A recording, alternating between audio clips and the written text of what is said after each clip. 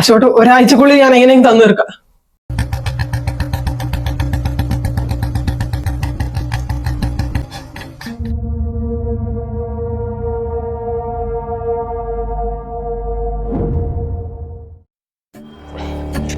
എന്തല്ലാ അപ്പു സുഖല്ലേ?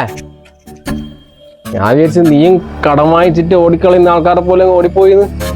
അശോട്ടാ ഞാൻ പറഞ്ഞില്ല, എനിക്ക് കുറച്ചുകൂടെ സമയം തരണം. എനിക്ക് ഇനി അങ്ങനെ സമയം തരാൻ പറ്റില്ല അപ്പു. ഞാൻ സമയം വിട്ട് ജീവിക്കുന്ന ഒരാളല്ലേ. ഇവിടെ നല്ല കാറ്റാണല്ലോ അപ്പു. സുഖ ജീവിതല്ലേ? ഇരിക്കും ചോദിക്കട്ടെ. അശോട്ടെ നിങ്ങൾ വീട്ടിൽ കയറി പ്രശ്നമൊന്നും ഉണ്ടാക്കരുത്. നിങ്ങളെ കാശ് ഞാൻ എങ്ങനെയെങ്കിലും തന്നു തീർക്കാം. ആ കുഴപ്പമില്ലടാ, നീ ഇരിക്ക്. കഴിഞ്ഞ ആഴ്ച ഞാൻ എൻ്റെ ഫ്രണ്ട് ഒന്ന് ബാംഗ്ലൂർ പോയിട്ടുണ്ടായിരുന്നു. അപ്പൊ അവിടെ വെച്ചിട്ട് നിന്റെ പെങ്ങളെ ഒന്ന് കണ്ടു. പരിചയത്തിന്റെ പുറത്ത് നമ്മളിവിടെ വന്നു. പിന്നെ അവിടെ എന്താ നടന്നതെന്ന് ഞാൻ പറയണ്ടല്ലോ. നിനക്ക് തെളിവ് കണ്ടെങ്കിൽ ഫോണിലുണ്ട്. കണ്ണ അശോട്ടാ പറയട്ടടാ.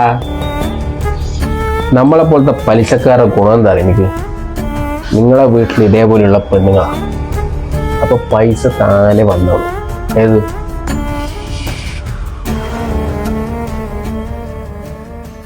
അപ്പു ഞാൻ പറഞ്ഞിരുന്നെന്ന് വെച്ചാല്, മനുഷ്യർ ഏറ്റവും കൂടുതൽ ഭയക്കുന്ന മരണത്തിനെയല്ല, നമ്മളെ സ്വന്തക്കാർ ഇതേപോലെ പെടുമ്പോഴാണ്.